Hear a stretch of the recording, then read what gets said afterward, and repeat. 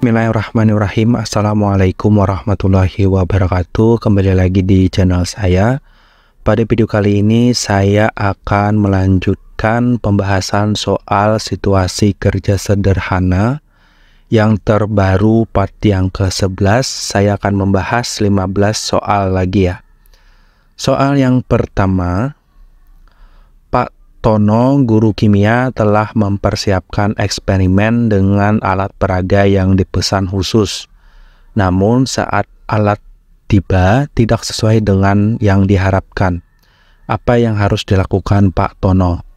Membatalkan eksperimen dan menggantinya dengan ceramah teoritis, mengadaptasi eksperimen dengan alat yang ada dengan memberikan konteks yang relevan, mengabaikan ketidaksesuaian dan memaksa agar eksperimen tetap berjalan, menunda pembelajaran hingga alat peraga yang telah tersedia. Jawaban yang paling tepat yaitu mengadaptasi eksperimen dengan alat yang ada dengan memberikan konteks yang relevan.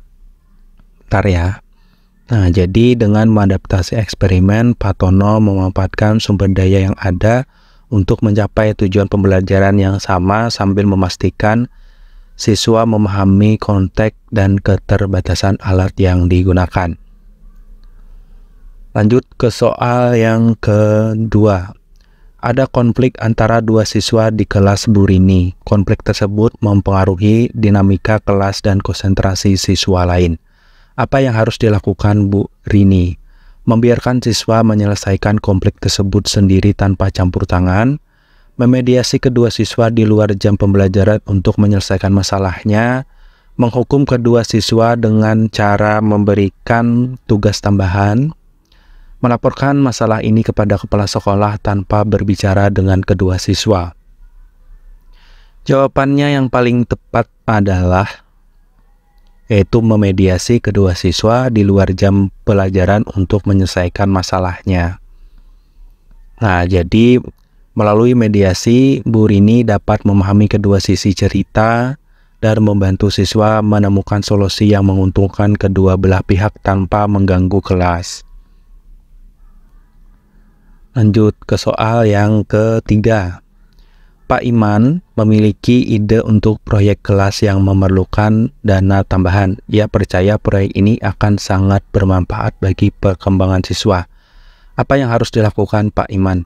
Mengadakan penggalangan dana tanpa sepengetahuan sekolah, membuat proposal rinci dan pengajuannya kepada pihak sekolah untuk mendapatkan dana, menyuruh siswa untuk membayar biaya tambahan untuk proyek tersebut, mengurungkan ide karena khawatir dengan ketersediaan dana. Jawaban yang paling tepat yaitu mengajukan proposal rinci dan mengajukannya kepada pihak sekolah untuk mendapatkan dana ya. Nah, jadi dengan membuat proposal rinci, Pak Iman menunjukkan rencana dan manfaat proyek kepada pihak sekolah, meningkatkan peluang mendapatkan dana yang diperlukan. Lanjut ke soal yang keempat. Bu Eli, seorang guru olahraga, melihat minat yang besar dari siswa terhadap olahraga bulu tangkis. Namun sekolah belum memiliki kegiatan ekstrakurikuler untuk olahraga tersebut. Apa yang harus dilakukan Bu Eli? Mengambil inisiatif untuk memulai kegiatan ekstrakurikuler bulu tangkis tanpa izin sekolah, mengajukan proposal resmi kepada kepala sekolah untuk membentuk kegiatan ekstrakurikuler bulu tangkis, mengabaikan minat siswa karena sudah ada ekstrakurikuler olahraga lain, atau mengarahkan siswa untuk bergabung dengan klub bulu tangkis di luar sekolah. Jawabannya yang paling tepat menurut saya itu mengajukan proposal resmi kepada kepala sekolah untuk membentuk kegiatan ekstrakurikuler bulu tangkis ya. Nah, jadi dengan mengajukan proposal, Bu Eli memberikan kesempatan kepada sekolah untuk mempertimbangkan kebutuhan dan manfaat dari ekstrakurikuler tersebut untuk siswa. Lanjut kita ke soal yang kelima. Pak Beni, guru bahasa Indonesia, menemukan tugas esai dari salah satu siswanya mirip dengan sumber di online ya. Dia curiga ada unsur plagiat ya. Apa yang harus dilakukan Pak Denny? Langsung memberikan nilai 0 tanpa konfirmasi kepada siswa, Memanggil siswa untuk mengklarifikasi dan memastikan apakah ada plagiarisme ya. Mengabaikan temuan tersebut dan memberikan nilai sesuai konten esai, melaporkan siswa ke pihak sekolah tanpa mengkonfirmasi terlebih dahulu. Jawabannya adalah memanggil siswa ya untuk mengklarifikasi dan memastikan apakah ada plagiarisme. Nah, jadi sebelum mengambil tindakan, penting bagi Pak Denny untuk memastikan fakta dan memberikan kesempatan kepada siswa untuk menjelaskan, ini mencegah kesalahpahaman dan memastikan keadilan. Soal yang ke-6, siswa-siswa memberikan saran kepada Bu Lina untuk menggunakan aplikasi belajar interaktif yang baru populer di kalangan remaja. Apa yang harus dilakukan Bu Lina? Langsung mengimplementasikan aplikasi tersebut tanpa review lebih lanjut, mengkaji aplikasi tersebut untuk memastikan relevansi dan efektivitasnya dalam proses belajar, menolak saran tersebut dan berpegang pada metode belajar tradisional, atau membuat polling di kelas untuk menentukan apakah sebagian besar siswa setuju dengan penggunaan aplikasi tersebut. Jawabannya adalah mengkaji aplikasi tersebut ya, untuk memastikan relevansi dan efektivitas dalam proses pembelajaran. Memastikan relevansi dan efektivitas aplikasi sangat penting sebelum mengimplementasikannya dalam proses belajar. Kajian tersebut akan membantu Bu Lina membuat keputusan yang beralasan, jadi tidak sembarang mengambil keputusan. Soal yang ke-7, Pak Andi melihat salah satu siswa terbaiknya, Rian, mengalami penurunan prestasi yang signifikan dalam beberapa bulan terakhir. Apa yang harus dilakukan Pak Andi? Memanggil Rian dan menanyakan apa yang menjadi penyebab penurunan prestasinya, menganggap penurunan prestasi sebagai fase sementara dan tidak mengambil tindakan, membahas masalah Rian di forum guru tanpa sepengetahuan Rian, memberikan Rian tugas tambahan untuk meningkatkan prestasinya. Jawaban yang paling tepat adalah memanggil Rian dan menanyakan apa yang terjadi, apa yang menjadi penyebab penurunan prestasinya ya. Nah, jadi dengan berkomunikasi langsung dengan Rian, Pak Andi dapat memahami alasan di balik penurunan prestasi dan membantu Rian menemukan solusi atau dukungan yang diperlukan. Kita lanjut ke soal yang ke-8. Dalam persiapan awal semester, Bu Riri menemukan bahwa buku teks untuk matematika kurang sejumlah 5 buku dari jumlah siswa di kelasnya. Apa yang harus dilakukan Bu Riri? Membiarkan situasi tersebut dan mengharapkan siswa untuk berbagi buku, mengajukan permintaan bantuan buku ke pihak sekolah, mengusulkan penggunaan e-book atau sumber digital secara alternatif sebagai alternatif, membuat fotokopi buku untuk siswa yang tidak mendapatkan buku. Jawaban yang paling tepat yaitu mengusulkan penggunaan e-book ya, atau sumber digital sebagai alternatif. Nah, dengan mengusulkan penggunaan e-book atau sumber digital, Bu Riri memberikan solusi yang bermanfaat, yang memanfaatkan teknologi untuk mengatasi keterbatasan fisik sambil memastikan semua siswa memiliki akses ke materi. Selanjutnya soal yang ke-9.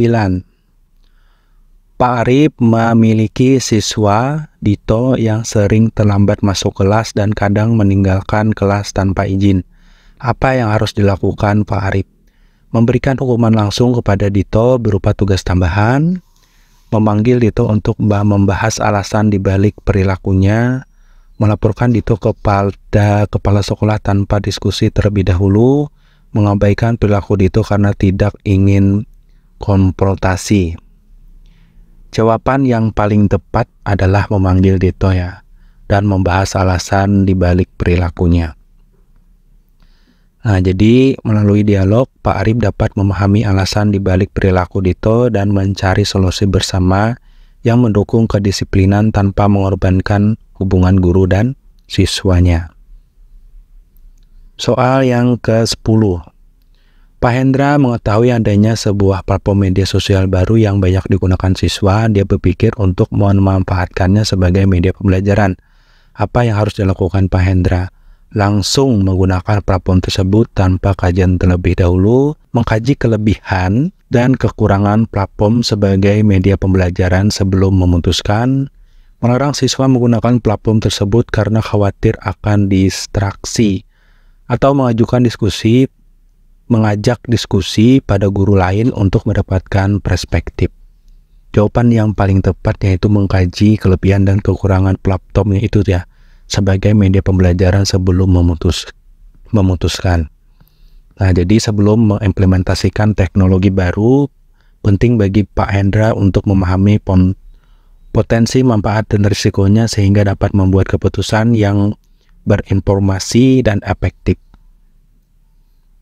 Soal yang ke-11.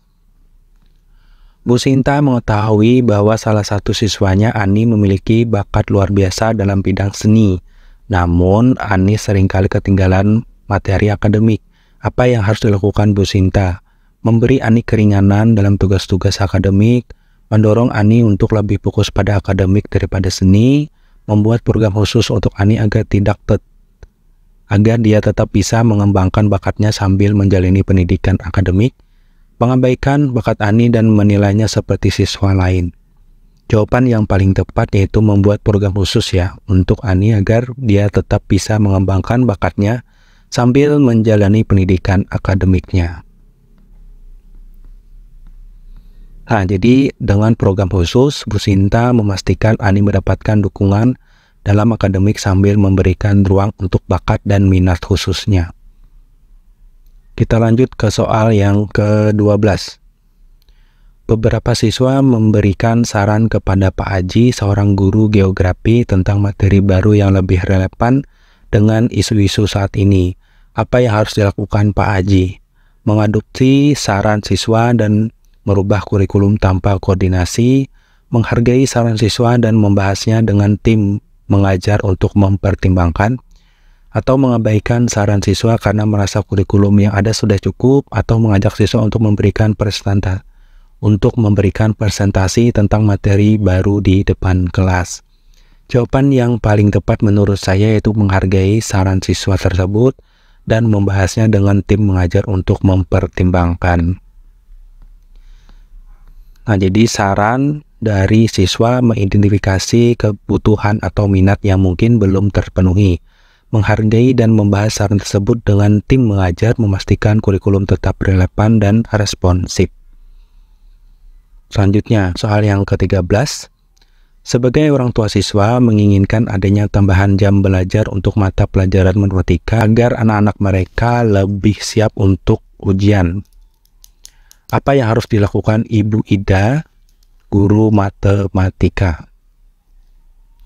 Menambah jam pelajaran tanpa mempertimbangkan jadwal siswa lain, mengadakan kelas tambahan di luar jam sekolah dengan persetujuan orang tua, menolak permintaan karena merasa jam belajar yang ada sudah memadai, atau membuat program belajar mandiri yang dapat diakses oleh siswa di rumah.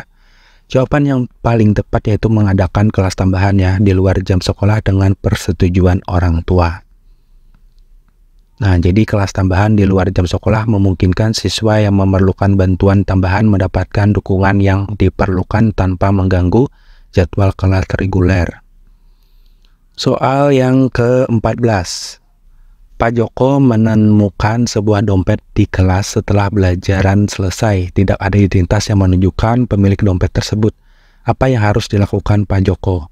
Membawa dompet tersebut pulang dan menunggu ada yang mencarinya, mengumumkan temuan tersebut ke seluruh sekolah dan menyerahkan ke tata usaha, membuka dompet untuk mencari identitas pemilik, atau menitipkan dompet di ruang guru dan mengabarkan temuan kepada siswa kelasnya. Jawaban yang paling tepat yaitu mengumumkan temuannya ya di seluruh sekolah dan menyerahkan ke tata usaha.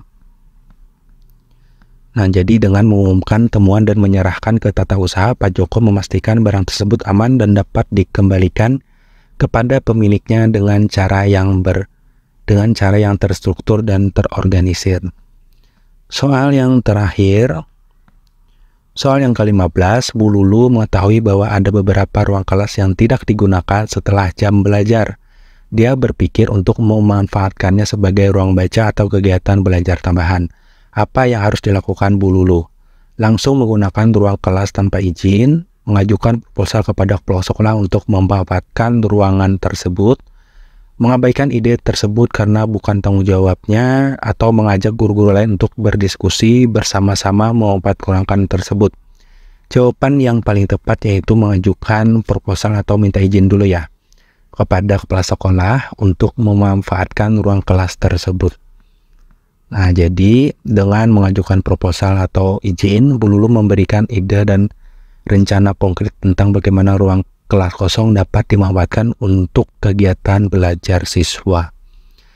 Demikian Bapak Ibu, penjelasan dan pembahasan 15 soal terkait soal SJT atau soal situasi kerja sederhana pada bagian ke-11 atau part 11 ya, yang terbaru. Semoga bermanfaat dan terima kasih.